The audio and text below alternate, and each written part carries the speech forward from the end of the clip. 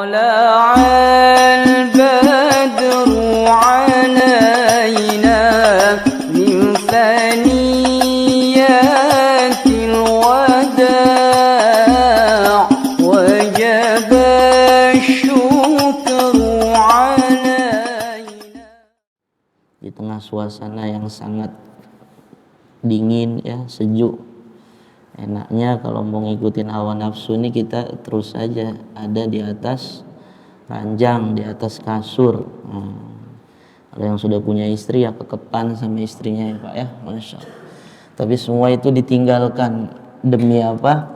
Demi membuktikan diri kita kepada Allah Subhanahu wa taala bahwasannya kita ini adalah hamba Allah, dipanggil sama Allah dalam setiap harinya 5 kali, maka kita sebagai seorang laki-laki menjawab ya, seruan tersebut dengan melangkahkan kaki kita ke rumahnya Allah Subhanahu wa taala. Maka harapan kita semoga ibadah yang kita lakukan tadi, khususnya sholat subuh secara berjamaah, diterima oleh Allah Subhanahu wa ta'ala. Amin ya rabbal alamin. Salawat bertangkaikan salam tak lupa kita hadiahkan kepada junjungan Nabi Agung Muhammad sallallahu alaihi wasallam beserta para sahabatnya, keluarganya, dan para pengikutnya yang senantiasa istiqomah menjalankan sunnah-sunnahnya. Dan harapan kita bersama kelak kita di akhirat akan mendapatkan syafaat dari baginda Nabi Muhammad sallallahu alaihi wasallam. Amin ya rabbal alamin. Bapak-bapak, ibu-ibu yang dirahmati Allah Subhanahu wa taala. Pada pertemuan sebelumnya kita telah membahas tentang bab ta'ziyah, bab tentang takziah, mengunjungi saudara kita yang terkena musibah, wabil khusus musibah kematian. Takziah adalah hukumnya sunnah, untuk waktunya dimulai ketika kita mendengar kabar ada salah satu saudara muslim kita yang meninggal dunia.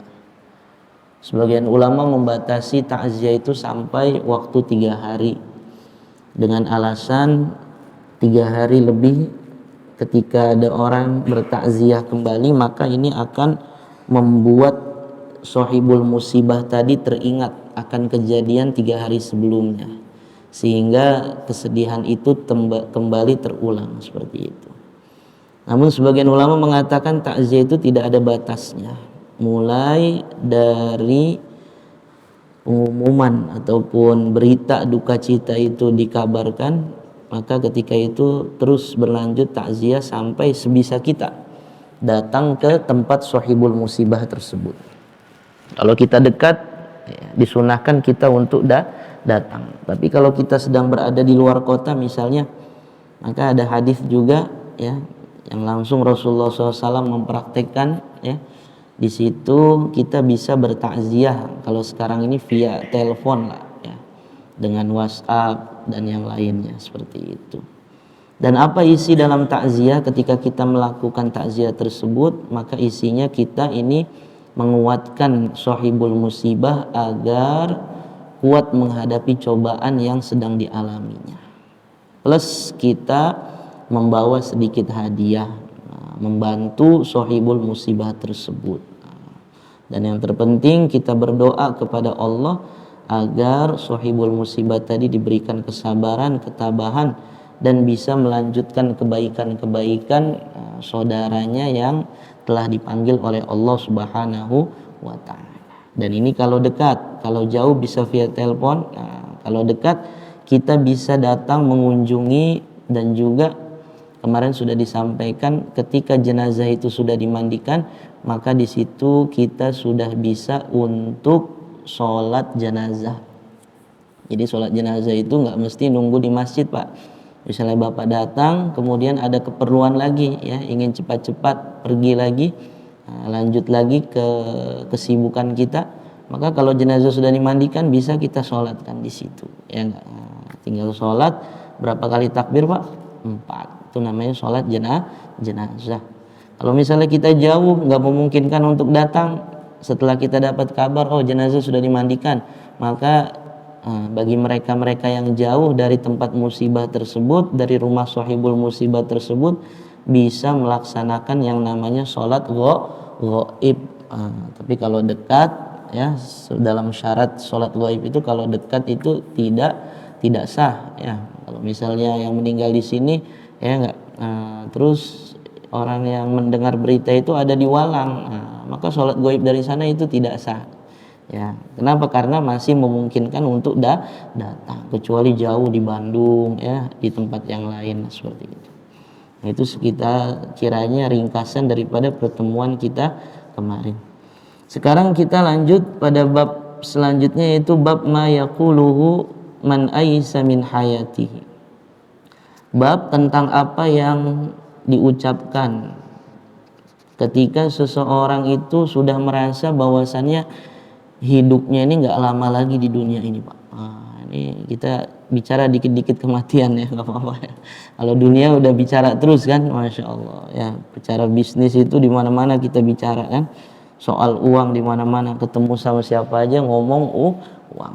Ini sekali-kali kita ingat untuk masalah apa? Masalah daripada kematian.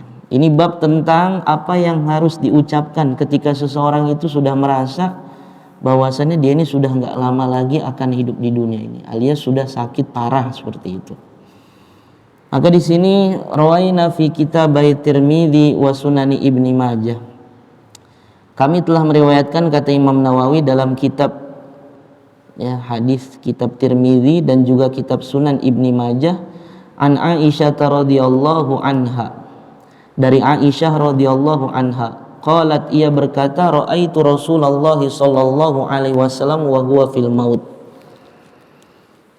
Sahabat Aisyah radhiyallahu anha, dalam hal ini berarti istri daripada Rasulullah, beliau berkata, ketika aku melihat Rasulullah sallallahu alaihi wasallam dalam keadaan akan meninggal dunia, wa indahu qadahun fihi ma'un, di sisi beliau ada gelas besar yang berisi dengan air.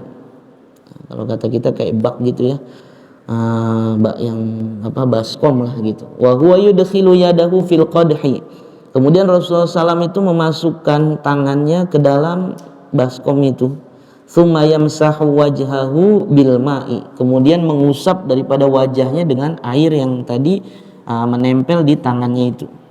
Tsumma yaqul Allahumma a'inni ala ghamaratil maut aw sakaratil maut. Ya Allah, tolonglah aku, ya Allah, tolonglah aku ketika akan menghadapi yang namanya kematian ataupun sakaratul maut. Ghamaratil maut ini artinya apa? Kepedihan, ya, pedihnya kematian. Jadi mati itu pedih, Pak, ya. Tapi mati ini bukan satu hal yang harus ditakutin, ya. Kenapa kok nggak harus ditakutin? Ya, karena ya mau nggak mau siapa yang hidup ini pasti akan mati gitu. Kalau misalnya kita takut dengan sesuatu bisa menghindar, oke. Tapi kalau nggak bisa menghindar, kenapa harus takut? Berarti harus apa? Harus ya dihadapi.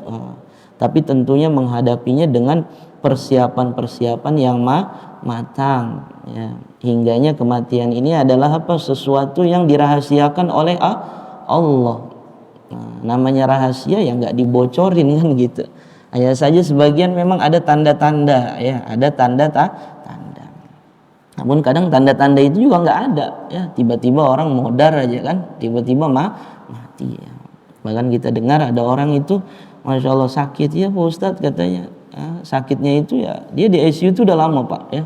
Sempat saya bilang wah ini kebal juga nih, ya nggak? Karena nggak mati-mati, masuk ICU ya nggak, hidup lagi, bukan hidup lagi ya masih ini kan, dalam keadaan ya itu ya. Balik lagi ke rumah, ya nggak lama masuk lagi ya ICU, masuk bolak-balik. Tapi dilalah belum ajalnya udah dibacakan Yasin, dibacakan surat Ar-Ra'd, keluarga semua sudah ikhlas, tapi ya kalau belum ajal itu ya belum kan seperti itu. Sehingga ketika masya Allah kita dapat kabar, dia bilang Pak Ustadz tanda-tandanya itu nggak ada, semuanya panas katanya, kan biasa dingin katanya, dari kaki dingin kan begitu lah. Itu nggak ada, itu hangat semua katanya, masya Allah ya. Begitu ya, ada tanda-tanda, ada yang dengan tidak tanda. Maka kita berdoa kepada Allah supaya apa? Ya Allah berikanlah aku, kita berlindung kepada Allah Subhanahu wa taala dari apa?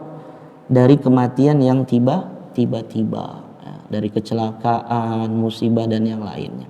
Maka salah satu amalan yang harus kita jaga apa Pak?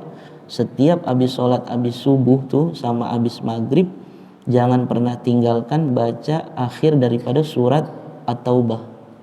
Ya, akhir daripada surat apa Pak? At-Taubah.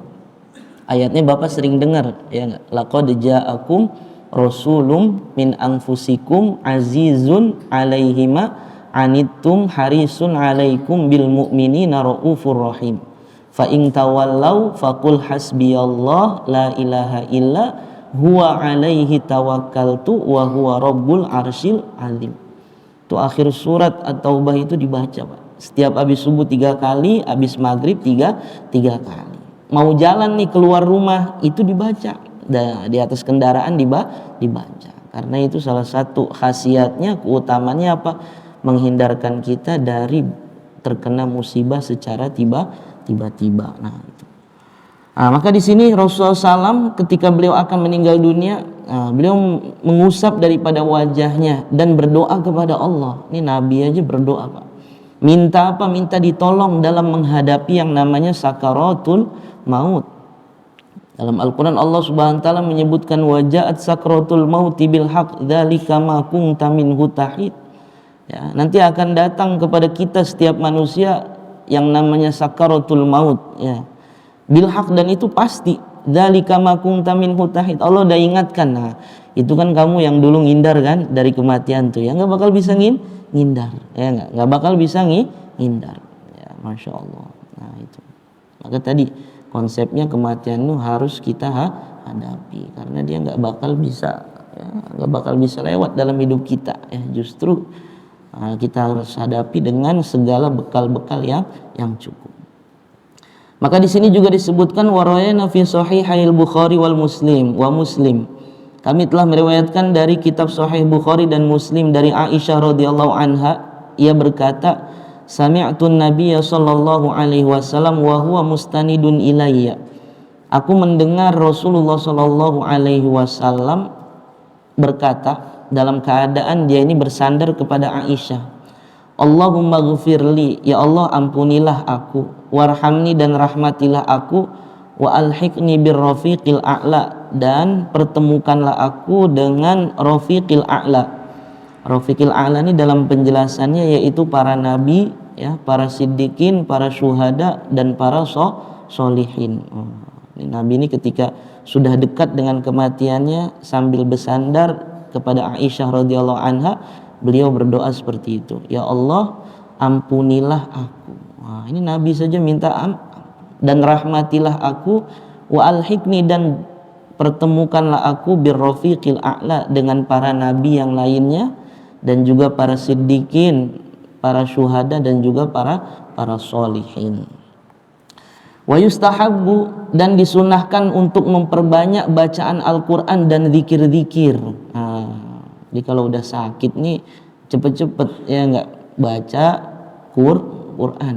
Jangan sampai Masya Allah sehatnya enggak baca Quran, sakitnya juga enggak baca Quran. Ibarat kata ketika dikasih nikmat ke lapangan enggak ingat sama Allah, ya enggak. Pas sakit juga dikasih musibah, ya, ketika dicoba sama Allah dengan goncangan-goncangan hidup enggak ingat lagi sama Allah, ini kan repot, ya enggak. Masih mending ketika diberi nikmat itu dia enggak ingat sama Allah, kemudian ketika apa, ya kan dunia hidup ini berputar, ya. Seperti roda itu, ketika rodanya di bawah alias lagi belangsak misalnya kan, itu ingat sama Allah, nah itu masih mending, ya kan? Ketimbang Masya Allah ketika dapat nikmat enggak ingat, pas belangsak juga enggak ingat. Nah ini repot ini. Terus mau kepada siapa dia akan kembali? Padahal dalam hidup itu memang begitu, ada teguran, ada cobaan-cobaan, dan cobaan ini enggak mesti yang namanya selalu susah terus, ya enggak. Bahkan kalau kita lihat dalam riwayat-riwayat disebutkan keterangan-keterangan daripada alim ulama, justru orang itu kadang dikasih ujian yang berupa nikmat ke lapangan itu malah banyak yang enggak lolos kan gitu. Masya Allah. Lagi di atas tuh lupa, ya kan, Masya Masya Allah, naudzubillah.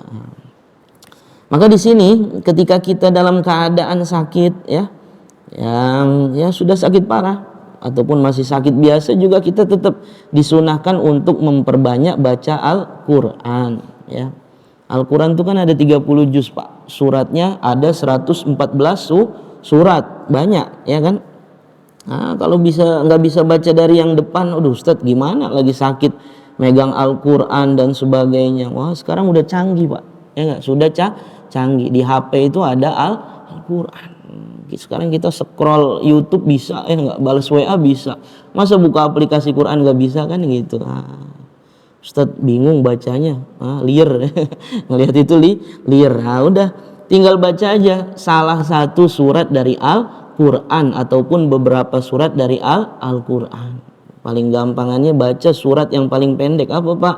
Surat Al-Ikhlas. Udah qul huwallahu ahad, Allahu somad, lam yalid walam yulad walam yakul lahu kufuwan ahad. Nah, itu ya enggak?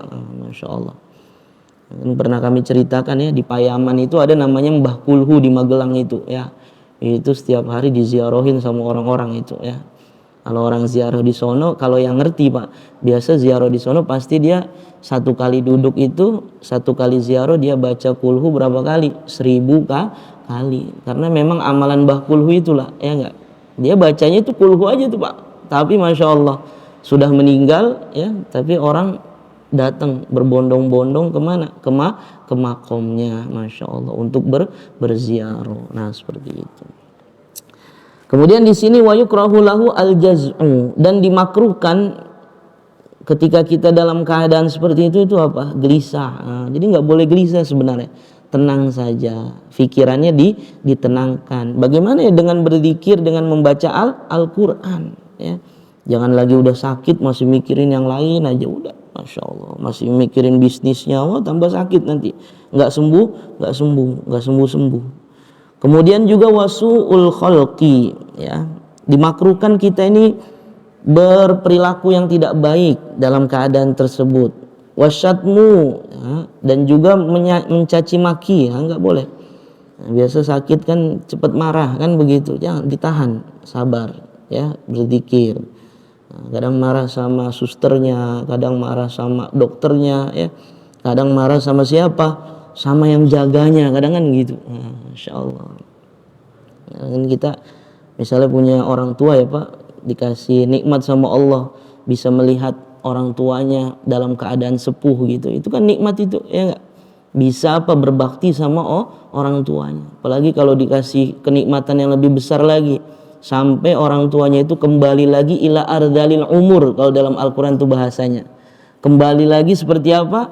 Seperti anak kecil lagi. Nah, tapi ketika masa seperti itu kita masih bisa berbakti sama beliau itu, sama orang tua kita, itu kan nikmat besar. Karena berapa banyak orang Pak yang pengen ya istilahnya ketemu jumpa sama orang tuanya ya, tapi Masya Allah sudah keburu Allah panggil kan banyak orang yang sering kita jumpai gitu. Masya Allah, dulu Ustadz susah katanya, susah ya, sekarang udah serba ada, tapi ya ayah ibu sudah tiada kan begitu. Masya Allah, kita yang diberi kenikmatan tersebut harus apa? Mensyukuri dengan sebaik-baiknya. Cuman ya biasa, tambah tua itu tambah cepat marah kan begitu ya. Hal-hal yang kecil bisa jadi besar. Nah itulah, anak-anak itu harus sabar. Sebagaimana dulu kita ketika masih kecil kan gitu ya, orang tua lagi makan enak ya nangis kan gitu kan. Itu kan orang tua kalau nggak sabar Pak, dilempar nanti itu sate padangnya ke muka kita kan gitu. Tapi nyatanya enggak, dia masih sabar kepada kita. Nah seperti itu. Wal munaza'atu fi ghairil umurid diniyah, dan juga berdebat dalam masalah perkara-perkara yang bukan termasuk perkara agama. Udah ya, kalau lagi sakit udah istirahat, perbanyak zikir, perbanyak baca Quran. Wa yustahabbu ayyakuna syakiran lillahi ta'ala biqalbihi wa lisanihi, dan disunahkan ya bagi orang tersebut itu untuk apa? Menjadi hamba yang bersyukur, biqalbihi wa lisanihi, dengan hatinya dan juga lisannya. Jadi hatinya harus merasa, ya Allah, alhamdulillah dikasih sakit sama Allah, ya, dosa-dosa kita diampuni. Kalau bilang, Ustadz saya nggak punya dosa, saya baik terus tiap hari, berarti kalau Bapak baik terus, ya udah, itu derajat kita diangkat sama Allah. Kan sebagian orang ada yang nggak mau tuh dibilang punya kesalahan kan, ya udah, itu diangkat derajatnya sama Allah, ya. Biqalbihi wa lisanihi, hatinya juga, ya, itu dengan hatinya dan juga dengan lisannya. Sehingga kalau orang bersyukur lagi sakit itu, maka dia nggak mudah marah, terus menerus mengucapkan alhamdulillah, alhamdulillah. Nah itu. Kemudian juga menghadirkan di dalam pikirannya anna hadzal waqt akhiru awqatihi minad dunya. Wah, ini agak-agak ngeri dikit nih, Pak, ya. Kemudian orang yang sedang sakit tadi, yang sudah parah itu, dia harus sebenarnya dalam pikirannya itu menghadirkan bahwasannya waktu yang sedang ia jalani ini adalah waktu-waktu terakhir, ya, dari sisa-sisa waktu hidup dia di dunia ini, gitu kan. Harus, wah, Masya Allah saya udah sakit ini, ya, umur juga udah lebih dari 63 misalnya kan, bonusnya udah banyak. Nah itu dia harus merasa, dalam pikiran juga harus dihadirkan, oh iya, ini hari-hari terakhir saya di dunia ini, ya, gitu kan. Fayajtahidu ala khatmiha bi khairin, maka dengan ada pemikiran seperti itu, dia akan bersungguh-sungguh agar matinya, meninggalnya ini dalam keadaan khair, dengan keadaan baik. Biasa kita minta itu apa, Pak? Husnul khotimah itu. Wa yubadiru ila adail huquqi ila ahliha. Nah, dalam keadaan tersebut juga kita hendaknya bersegera menunaikan, ya, menunaikan hak-hak kepada keluarga kita, pada keluarga, pada sahabat, pada para teman, ya, terutama pada keluarga yang terdekat kan gitu. Karena apa? Karena dosa ini kan ada dua, ya Pak, ya. Ada yang hakullah, ada yang hakul adam. Ada yang hubungannya ini langsung dengan Allah. Kalau urusan dengan Allah, meninggalkan sholat misalnya, meninggalkan puasa, meninggalkan zakat misalnya kan, meninggalkan menuntut ilmu misalnya kan, seperti itu, ya. Itu urusannya langsung sama Allah. Dengan istighfar sangat besar harapan dosa kita ini diampuni. Ini bukan nyuruh ninggalin itu, enggak, ya Pak, ya, enggak, ya kan gitu. Tapi ada dosa itu yang hubungannya dengan hakul adam. Kalau hakul adam ini enggak cukup hanya dengan istighfar saja, tapi harus, ya, kita ini minta maaf, minta ampun, ya, enggak, kita tunaikan apa yang menjadi kewajiban kita kepada orang-orang tersebut. Nah, maka di sini ketika dalam keadaan seperti itu, kita disuruh untuk segera menunaikan hak-hak kepada keluarga kita ataupun kepada saudara-saudara kita dan manusia yang lainnya. Apa misalnya, min raddil madzalim, ya. Kalau ada orang yang pernah kita zalimi, maka kita minta ikhlasnya untuk apa? Untuk diampuni, untuk dimaafkan. Kalau di situ ada perbuatan misalnya, ya enggak, dulu kita pernah mukul orang, ya, tanpa ada alasan yang jelas, pernah gebugin orang, pernah nendang orang, ya enggak, pernah apalah, pokoknya menzalimi orang, maka ya udah, kalau mau, ya enggak, kita juga siap untuk digitukan, gitu. Sebagaimana Rasulullah Shallallahu Alaihi Wasallam, ya, dalam hadis jelas itu disebutkan. Mungkin bapak-bapak sering dengar, ya, ketika Rasulullah SAW itu akan meninggal dunia, maka beliau, dalam ringkasan hadisnya itu yang kurang lebihnya beliau mengatakan, siapa yang dulu pernah saya pukul, siapa yang dulu pernah saya zalim, yang saya pernah zalimi, maka balas itu semua saat ini, kata Nabi. Maka ketika itu, Pak, ada seorang kakek-kakek, ya, yang namanya itu Ukasyah bin Mihson, ya, kalau nggak salah itu Ukasyah bin Mihson, ya, itu sahabat Nabi itu, ya, karena Nabi mengulang perkataan itu, siapa yang pernah dizalimi, ya, maka balas sekarang, kata Nabi, kan gitu. Nabi mengulangi sampai 3 kali.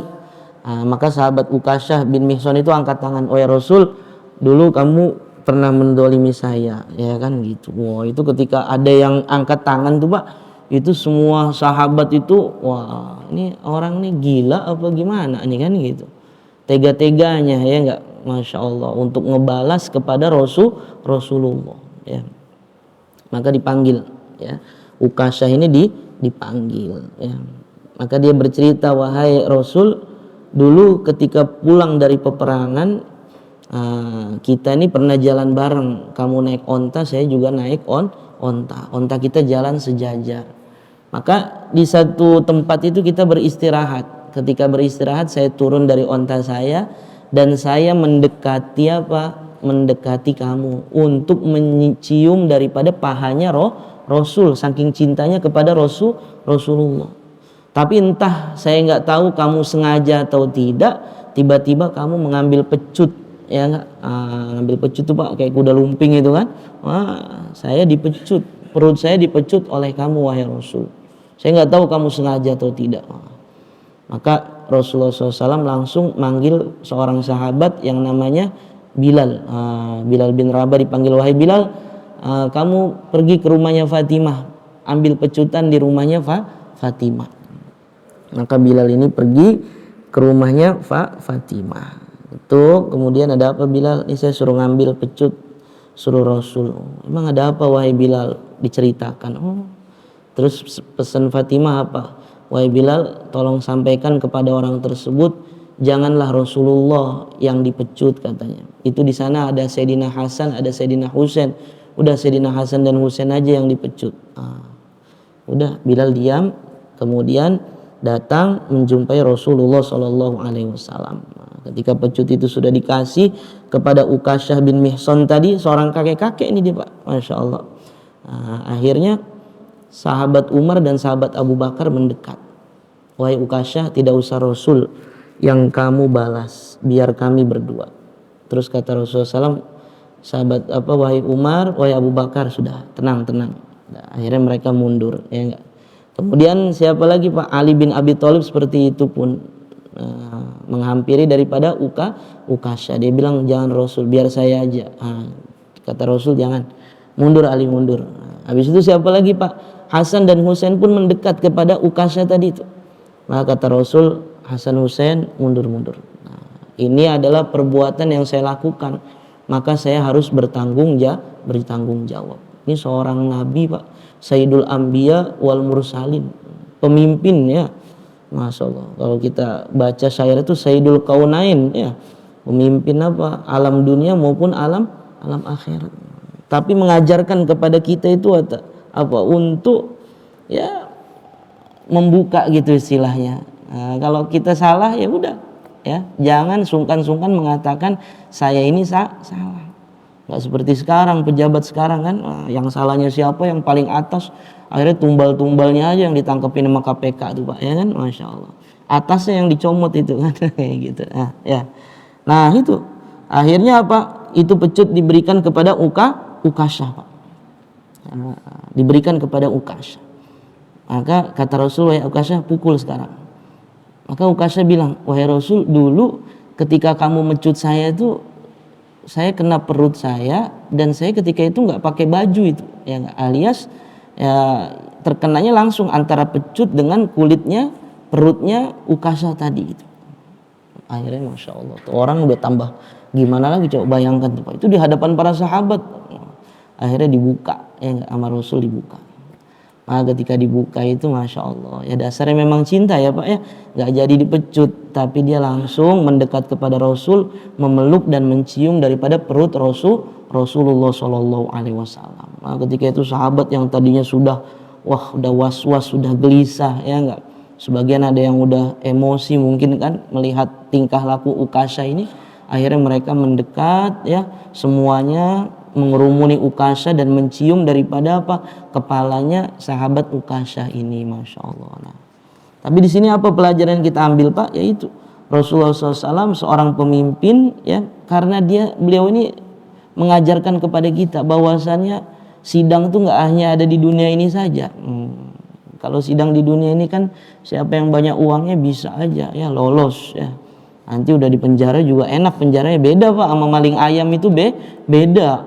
Yang korupsi itu triliunan itu beda penjaranya sama yang maling ayam. Kadang kasihan juga ngeliat tukang maling ayam itu Pak ya, yang diambil tuh nggak seberapa tapi sudah bonyok bahkan sampai mau mati. Kalau Bapak berani itu tuh samperin, berani nggak?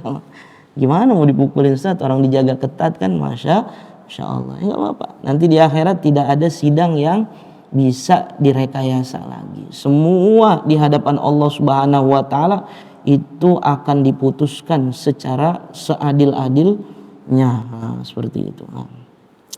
Maka di sini, itu ketika kita memiliki pernah menzalimi orang lain, maka harus segera ditunaikan di mana?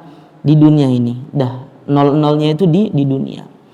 Karena nanti kalau di akhirat repot lagi. Takut kita ini menjadi orang yang muflis. Mungkin Bapak pernah sering dengar ya yang namanya orang muflis, orang yang bangkrut itu. Wal wada'i, dan juga kita mengembalikan titipan-titipan orang. Ada orang nitip uang kepada kita, nitip barang sama kita, kan bahasanya nitip, tapi sampai sekarang belum kita kembalikan, malah justru dibawa kabur. Sebagian orang ada yang seperti itu. Itu harus tuh, ketika udah sakit harus mikir ke situ. Ini hak adami nih, nggak selesai cukup dengan istighfar saja, tapi harus dikembalikan. Wal awari, dan juga pinjaman-pinjaman, ya. Dan kita Masya Allah dulu kalau SMP, kalau SD kayaknya jarang ya Pak, SMP SMA lah itu kan, ya makan gorengan ya 5 gitu kan, pas ditanya sama ibunya berapa, tadi gorengan 2, nasinya berapa, nasinya 1, udah, padahal tiap hari makan 5, jawabnya gorengan 2 dan 1 aja itu. Masya Allah. Itu juga harus tanggung jawab kita tuh Pak. Walaupun 1 bakwan ya, 1 tahu goreng, tahu pisang, Masya Allah, gorengan walaupun sepele, itu nanti di hadapan Allah itu nggak bisa sepele, karena itu hak adami. Itu harus kita kembalikan. Wastihlali ahlihi, dan juga kita ini ya, orang yang sudah dalam keadaan tersebut meminta ikhlas kepada keluarganya. Min zaujatihi, dari istrinya. Kalau yang sakit suaminya, istrinya, panggil istrinya ya, minta minta maaf, kan seperti itu. Wa walidayhi, dan juga kedua orang tuanya. Wa auladihi, dan anak-anaknya. Wa ghilmanihi, dan juga budak-budaknya. Wa jironihi, dan tetangganya. Wa asdiqaihi, dan saudara-saudara, teman-temannya. Dan juga wa kulli man kanat bainahu wa bainahu muamalah, dan kepada siapa saja yang ada hubungan muamalah dalam kesehariannya bersama orang tersebut, harus segera dihubungi ya. Kadang-kadang suka terjadi Pak ya, fenomena di masyarakat itu ada orang sakit ya, nggak mati-mati nih Pak, nggak meninggal-meninggal, ternyata di situ Allah Subhanahu wa taala memberikan di dalamnya itu ada rahasia yang Allah Subhanahu wa taala sembunyikan. Apa maksudnya? Ketika sudah diobati ini belum sembuh ya, sudah terapi ini masih nggak sembuh juga, tapi keadaannya begitu kritis gitu, artinya ya susah gitu kan gitu. Maka kami sering ingatkan, kalau dalam keadaan tersebut ada orang yang susah sakaratul maut, coba tanya dia masih punya orang tua apa enggak. Kalau orang tuanya masih ada, segera hubungi ya. Kalau misalnya orang tuanya aman, nggak ada masalah sama orang tuanya, adik kakaknya, mungkin dia masih punya saudara ya, kan biasa ada tuh ya, saudara itu sampai putus tali silaturahim ya, gara-gara warisan lah, gara-gara ya macam-macam lah kan gitu, Masya Allah. Dan memang berat ya kepada saudara ini Pak, kita untuk berbuat baik itu sangat berat. Sering kami sampaikan, kadang kita sama orang lain itu Masya Allah, loyalnya royal lah pokoknya, royal sekali, tapi giliran sama saudara, aduh udah malas tuh ya, serba semuanya udah lu aja gitu. Tapi kalau mau orang lain, wah paling depan kita, udah makan ini saya yang bayar gitu. Tapi kalau sama saudara sendiri, udah mundur biarin dia aja. Itu kenapa? Karena memang setan tahu di situ tali silaturahim, terutama kepada kerabat ya, kepada orang yang masih ada hubungan darah dengan kita, itu pahalanya sangat-sangat besar, sehingga banyak godaannya. Nah itu. Maka di sini apa Pak? Nah itu minta ikhlas daripada mereka semua itu ya, minta ikhlasnya. Maka biasanya masih dulu, ini udah lama nih putus tali silaturahim, Tapi alhamdulillah istilahnya Allah masih berikan umur. Coba telepon, bujuk yang di sananya kan untuk datengin nih yang sakit. Nah, karena banyak kejadian seperti itu. Setelah yang di sana dibujuk akhirnya mau datang, nggak lama meninggal kan gitu, masya Allah. Itu Allah Subhanahu Wa Taala berikan kepada orang tersebut tuh kebaikan, artinya supaya diselesaikan di dunia dan di akhirat nanti sudah diampuni oleh Allah Subhanahu Wa Taala. Kemudian juga wayam bagi ayyusia bi umuri auladihi illam yakun lahum jaddun. Ya. Dan juga hendaknya orang yang dalam keadaan tersebut kalau dia punya anak masih pada kecil-kecil ya, maka hendaknya dia berwasiat kepada orang lain ya. Kalau memang tidak ada jaddun, tidak ada kakek misalnya kan. Karena kalau kita belajar bab nikah itu Pak, dalam fikih tentang nikah itu ada namanya wali mujbir. Kan wali nikah itu ada namanya wali mujbir. Apa yang dimaksud dengan wali mujbir? Itu seorang wali yang bisa memaksa seorang wanita untuk dinikahkan dengan seseorang gitu. Wali mujbir itu siapa? Ayah. Ayah ini pasti sayang sama putrinya, maka dia boleh memaksa putri tersebut untuk dinikahi oleh seorang laki-laki. Udah kamu harus nikah pokoknya, itu boleh. Nah, itu namanya wali mujbir. Terus siapa kalau ayah nggak ada? Ayah nggak ada, kakek. Terus ke atas, terus ke atas, bukan ke bawah tapi ke atas. Nah itu. Maka di sini berwasiat kepada siapa urusan anak-anaknya, kalau masih ada kakek ya kepada kakeknya, kalau enggak kepada yang lainnya yang bisa menjalankan daripada amanah tersebut. Wa yusiya bima la yatamakkanu min fi'lihi fil hal, dan juga dia berwasiat pada urusan-urusan yang dia ini tidak bisa melakukannya dalam keadaan tersebut. Min qada'i ba'did duyun ya. Seperti apa? Membayar daripada sebagian hutang-hutangnya dan yang semisal dengan hal tersebut. Nah, ini penting diulang lagi oleh Imam Nawawi nih. Ya, hutang itu juga termasuk hak adami. Ketika kita punya hutang sama orang, berhutang itu sebenarnya bukan satu aib ya Pak ya. Berhutang itu bukan satu aib. Kapan hutang itu menjadi aib? Ketika nggak mau dibayar. Nah, itu baru jadi aib. Karena nyatanya Rasulullah SAW pun berhutang. Namun hutang yang dicontohkan oleh beliau ini bukan hutang untuk foya-foya. Nah, kalau sekarang kan kita enggak ya, iseng ya enggak. Dikit-dikit apa kalau anak muda sekarang ini pay letter ya enggak, pay letter akhirnya apa terbelilit ya, akhirnya terikat, bukan terikat, akhirnya udah terjerumus dalam hal itu. Makanya ada kawan itu Pak, dia punya lembaga ya, ada orang di Kemayoran itu ya, di Sunter itu, dia punya apa namanya seperti lembaga seperti itu. Lembaganya ajib namanya, DLR. Apa DLR Pak? Dakwah lepas riba. Dakwah lepas riba. Jadi orang-orang yang punya terlilit hutang, masalah rumah apa nggak bisa bayar, datang ke situ. Tapi bukan buat dibayarin ya Pak ya, bukan buat dibayarin sama dia, enggak, cuman konsultasi. Kemudian nanti dibantu secara hukumnya bagaimana kan gitu, administrasi bagaimana. Biasa mentok-mentoknya itu ya bayar pokoknya aja kan begitu. Nah seperti itu. Tapi bukan untuk dibayarkan sama mereka, enggak. Justru kita juga bayar kepada mereka. Cuman mereka kan ya lebih ngerti lah gitu, sehingga yang harusnya kita bayar sekian akhirnya agak turun kan seperti itu. Nah, gitu. Wa ayyakuna husnadhanni billah subhanahu wa ta'ala annahu yarham. Dan juga dalam keadaan sakit yang seperti itu kita hendaknya husnudzon kepada Allah Subhanahu wa taala, bahwasannya Allah Subhanahu wa taala sedang menyayangi kita, sayang kepada kita.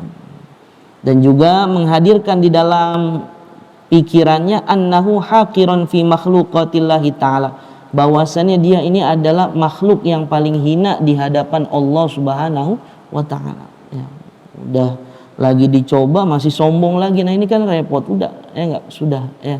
Kita ini ingat karena akan kembali kepada alam yang selanjutnya. Di situ kita akan mempertanggungjawabkan seluruh apa yang kita perbuat ya. Maka di situ perbanyak daripada istighfar. Wa annallaha ta'ala ghaniyun an adzabihi wa an ta'atihi wa annahu abduhu ya. Wa la yatlubul afwa wal ihsan was sufha wal imtinan illa minhu. ya. Karena Allah Subhanahu wa taala zat yang maha kaya. Allah ini nggak butuh ya dengan diri kita, Pak. Sehingga dalam hadis qudsi itu disebutkan kalau kita taat kepada Allah, seluruh manusia ini taat ya. Menjadi orang yang paling baik sebagaimana Nabi Muhammad SAW ya kan. Maka Allah itu kemuliaannya nggak akan bertambah. Karena memang Allah itu sudah mulia. Dan kemuliaan Allah nggak bergantung kepada kinerja daripada makhluknya, enggak kan gitu. Kalau kita kan biasa misal di perusahaan ya kan, contohlah di masjid nih ya enggak, di Masjid Al Muhajirin ya, kapan pengurus DKM itu dianggap baik? Ketika kinerja yang di bawahnya ini baik kan gitu, pengaruh ya, kinerja yang di bawahnya baik maka pengurus DKM akan dianggap baik ya.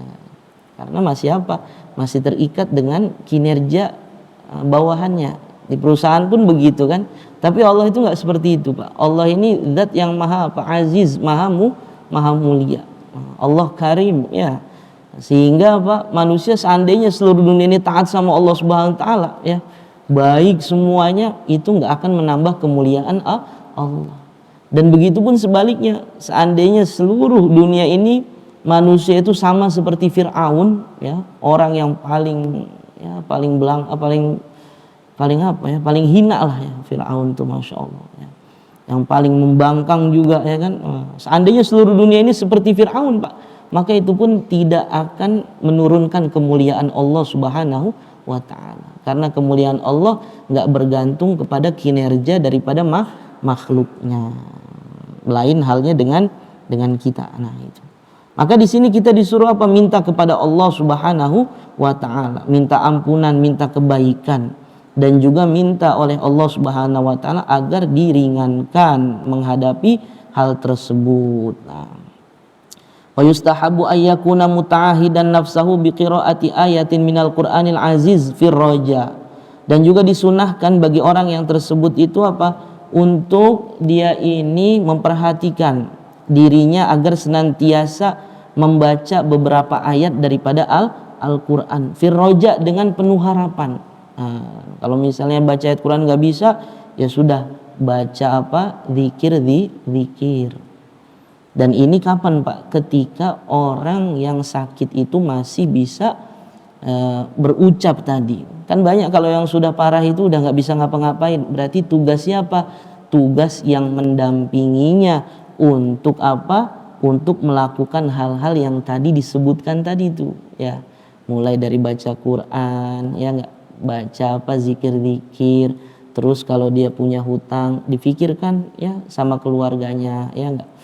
Jangan nunggu udah mati dulu ya, nggak. Udah mati baru pas sebelum jenazah disampaikan ya, yang punya hutang, punya ini mungkin ada janji ya, itu sebelumnya sebenarnya kita harus sudah bekerja sebelumnya ya enggak.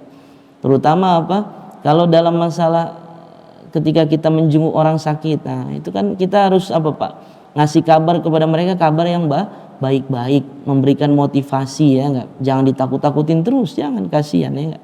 Harapannya semua kita ingin sembuh. Dan yang paling terpenting kalau misalnya kita jenguk orang sakit itu, Pak, kita tanya kepada yang yang menjaganya. Nah, ini bapak ataupun ibu sholatnya ini bagaimana? Nah itu. Banyak sebagian kita nih, Pak, Masya Allah, ketika sudah sakit ya sudah lost, sholatnya lost ya, alias nggak dilakukan. Ini tugasnya siapa? Tugas yang sehat. Dalam hal ini yaitu tugas mereka-mereka yang menjaga. Nah itu kasih tahu. Misalnya waktu sholat diingetin ya, Ustadz udah nggak bisa wudu, udah nggak bisa ngapa-ngapain ya, diwuduin ya, pakai kain dibasahin, dilap-lapin sebisanya kan begitu. Apalagi kalau sudah sakit parah, terus diingatkan bu, ma, ataupun siapa lah kan gitu, ini waktunya sholat, diingatkan sholat nah gitu. Nggak bisa menghadap kiblat ya sudah nggak apa-apa, sholat dengan isyarat. Karena sholat ini mau sehat mau sakit, dalam perjalanan nggak perjalanan itu wajib dilaksanakan. Bahkan ketika perang aja itu ada ya, sholat itu tetap harus dilaksanakan. Maka dalam Al-Quran itu disebutkan tata cara sholat dalam keadaan berkecamuk perang ya enggak. Lagi perang nanti dilihat musuhnya ada di arah kiblat apa enggak, ataupun musuhnya membelakangi kiblat, nanti beda itu tata cara mengatur daripada softnya itu. Nah, itu dalam ilmu fikih nanti dijelaskan seperti itu. Maka diingatkan ya, yang sehat ini mengingatkan kepada siapa? Kepada yang sakit. Kita yang berkunjung ingatkan kepada yang menjaga. Terutama kita lihat Pak, masalah yang sepele, kelihatannya sepele tapi ini Masya Allah penting. Apa? Kukunya dilihat tuh. Wah, ini hari Jumat nih, hari Kamis, hari Senin dipotongin ya. Jangan sampai di rumah sakit berbulan-bulan kukunya panjang ya kan, nggak dijagain, nggak diurusin, jangan. Nah itu diperhatikan. Karena seorang itu, dia ini orang muslim yang baik, ketika dia meninggal dunia itu Pak, maka nanti akan bersih itu. Kukunya bersih ya. Mohon maaf, bulu kemaluannya juga bersih, bulu ketiaknya bersih, karena semua ada aturannya semua ya enggak? Ada cara mainnya semua itu. Nah, setiap berapa puluh hari sekali dipotong kan begitu. Ada tata caranya ya. Nah, seperti itu.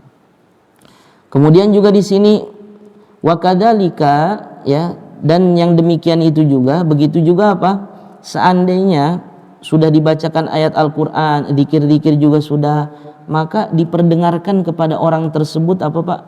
Hadis-hadis tentang Rasulullah Shallallahu Alaihi Wasallam, hadis-hadis Rasulullah SAW, dan juga cerita-cerita orang-orang soleh. Nah itu cerita-cerita orang-orang soleh, supaya apa? Supaya ada keinginan ya antara orang yang masih hidup dan yang sedang sakit ini, agar matinya ini seperti orang-orang yang soleh. Jangan udah sakit parah kita, Masya Allah, di sebelahnya nyeritain apa nih, masalah ijazah presidennya nggak selesai kan gitu kan, ceritain, kasihan. Jangan, udah itu udah sakit tuh Pak, Masya Allah. Bahkan kalau dulu kita pernah ya, ada jenguk orang sakit itu sama kiai itu ke rumah itu langsung ditutup-tutupin. Wah ini ada foto-foto, foto-foto yang nggak jelas tuh ditutup tuh Pak, karena itu menghalangi malaikat tuh masuk ke dalam rumah itu. Malaikat yang baik masuk ke dalam rumah itu, maka ditutup.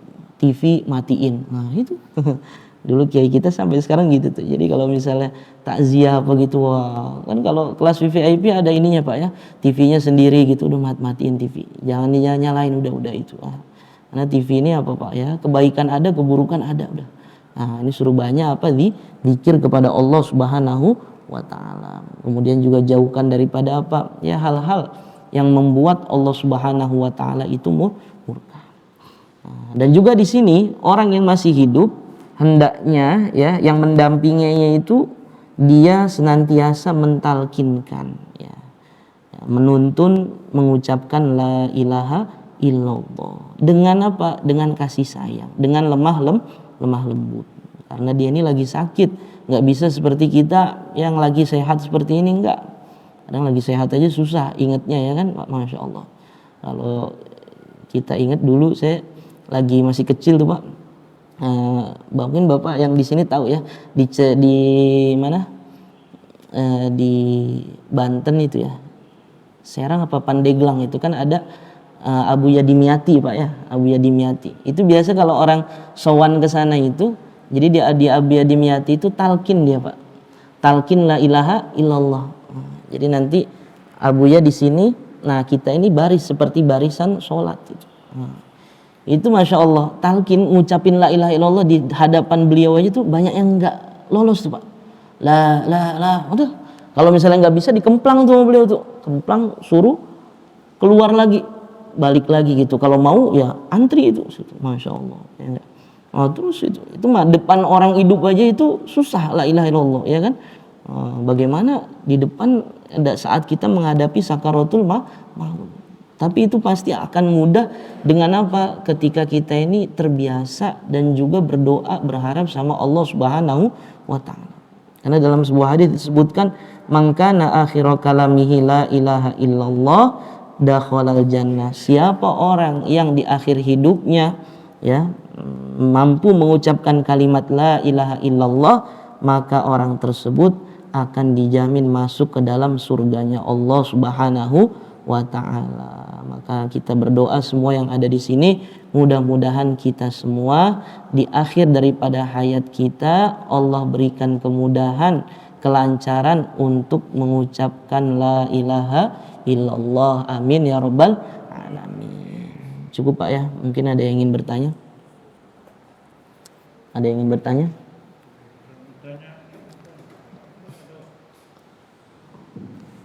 Assalamualaikum warahmatullahi wabarakatuh. Waalaikumsalam warahmatullahi wabarakatuh. Sama Pak Ustaz, waktu kita memakamkan jenazah, imam selalu apakah tanya kepada jamaah apakah jenazah ini baik atau baik? Sedangkan kita jemaah banyak yang melihat apakah jenazahnya itu baik itu bagaimana hukumnya? Kemudian lagi yang saya tanyakan, kalau kita memakamkan jenazah, ada yang mengazankan, ada yang mengazankan mengazankan. Ya. Waalaikumsalam. Yang pertama tadi masalah apa? Talqin ya, itu jadi talqin istilahnya bersaksi di situ kan. Ya, kita memberikan persaksian isyhad kepada mayit. Kan biasa ditanya tuh, ya apakah mayit ini baik kan gitu ya. Maka di situ Masya Allah ya, ini repot sebenarnya Pak. Repotnya apa? Itu tergantung kepada amal masing-masing memang. Sebagian itu kan sudah menjadi adat istiadat ya, istilahnya sudah menjadi adat istiadat. Maka ketika ada hal tersebut dan kadang kita nggak kenal secara personal dengan baik dengan siapa namanya, dengan mayit ini ya, maka di situ kita ambil jalan yang paling baik, yaitu husnudzon billah, kita prasangka baik kepada Allah, dah khair kan gitu. Sebagian lagi ada yang kenal ya, secara personal kenal nih orang nggak pernah sholat misalkan gitu kan, ya khair apa enggak tuh. Maka di situ nanti kita bisa milih lah antara tetap mengucapkan khair baik. Alasannya apa baiknya ini? Alhamdulillah baik, mati dalam keadaan masih muslim. Sebagian ada yang nggak mau mengucapkan karena dia tahu benar kan gitu, saya nggak mau, itu tanggung jawab saya nanti di akhirat kan gitu ya. Nggak apa-apa misalnya nggak mau mengucapkan, tidak apa-apa begitu. Tapi kalau kita mau mengucapkan, misalnya kita nggak kenal dengan mayit secara baik gitu kan, secara personal kita nggak kenal ya, kita di situ ambil jalan husnudzon billah ya, prasangka baik kepada Allah. Maka ini sebenarnya tanbih juga ya, pelajaran bagi kita semua, jangan sampai apa nggak pernah ke masjid, nanti pas sholat disolatin mau di mana, di masjid kan gitu, Masya Allah. Nah ini kan gitu ya. Kemudian yang kedua masalah adzan di dalam kuburan ya, adzan ketika memakam ya, di pemakaman itu ya gitu. Ini sebenarnya Pak, kalau dalam mazhab Syafi'i pendapat paling kuatnya itu justru tidak ada adzan di kuburan itu. Ini pendapat paling kuatnya ya. Ketika dikubur itu kiai-kiai kita di Magelang itu beliau kalau misal dari keluarganya yang meninggal itu nggak diadzankan gitu, nggak diadzankan dikubur gitu. Tapi ada juga yang mengadzankan, boleh atau tidak yang nggak jadi masalah. Apa dalilnya? Dalilnya itu mengkiaskan ya, menyamakan dengan apa? Dengan dalil ketika lahir ke muka bumi ini kan diadzani. Maka ketika dikembalikan lagi kepada Allah Subhanahu wa taala, dalam hal ini dikuburkan, maka itu pun diadzani kembali. Nah, seperti itu. Jadi bagi yang azan ya, yang mengadzani di mana dikubur itu dan iqomah, itu dalilnya itu. Jadi dikiaskan, diikutkan dalilnya itu, disamakan dengan apa? Dengan dalil ketika orang itu terlahir di muka bumi ini maka diadzani dan diiqomati, begitupun ketika meninggalnya itu, ketika dikuburkannya itu apa? Diadzani dan diiqomat. Ala kulli hal itu nggak jadi masalah ya, nggak jadi masalah. Silakan mau mengadzani silakan, nggak diadzani pun silakan gitu, nggak jadi masalah. Seperti itu ya Pak ya. Dan yang terpenting ya doa buat mayit ini ya, doa buat mayit ya, Insya Allah. Ada sebagian, Ustadz saya nggak tahlilan tuh, ngapain tahlilan kan gitu. Tahlilan di mana? Dikubur kan biasa ada tahlil kan gitu, Masya Allah. Ya nggak apa-apa sebenarnya ya. Dalil-dalilnya juga cukup jelas ya, banyak dalailnya itu sudah masyhur, sudah jelas gitu. Tapi misalnya kita nggak mau ada tahlilan dah, langsung dikubur habis itu langsung doa aja, nggak apa-apa juga. Itu juga bagus. Karena Masya Allah di akhir zaman ini Pak, kita memang harus saling menguatkan satu sama lainnya. Dalam hal ini kita mengedepankan yang namanya itu persatuan. Ukhuwah Islamnya itu kita kedepankan. Mohon maaf, secara fikih Pak, dalam mazhab Syafi'i itu, dalam kitab-kitab fikih mazhab Syafi'i disebutkan, misalnya kita makmum ya, berimam kepada orang yang berbeda mazhab, itu, maka di situ hukumnya termasuk apa? Termasuk makruh di situ. Ya enggak? Makruh, kurang baik gitu. Misalnya di sini ya, di sini misalnya kunut. Kita misalnya enggak kunut, makmum kepada yang kunut, itu makruh tuh, gitu. Ataupun sebaliknya, mazhab Syafi'i imam bermakmum kepada yang tidak kunut, itu hukumnya apa? Makruh. Tapi dalam kitab itu disebutkan amal yang diamalkan, walaupun itu secara hukum seperti itu, tapi ada hal yang lebih tinggi lagi di atas itu, apa? Persatuan itu, ukhuwah Islamiyah. Maka akhir zaman ini kita ya saling bertoleransi lah ya. Ketika hal itu memang ada dalilnya, ada ulama yang mempertanggungjawabkan, maka ya nggak apa-apa, monggo. Kita nggak mau, ya sudah, itu buat diri kita. Nah, yang paling penting jangan mudah menyalahkan, kan begitu. Karena kalau sudah saling serang ini, maka nanti ujung-ujungnya kebuka semua. Akhirnya jelek. Yang jelek apa Pak? Islamnya yang jelek seperti itu. Ya, jadi gitu ya.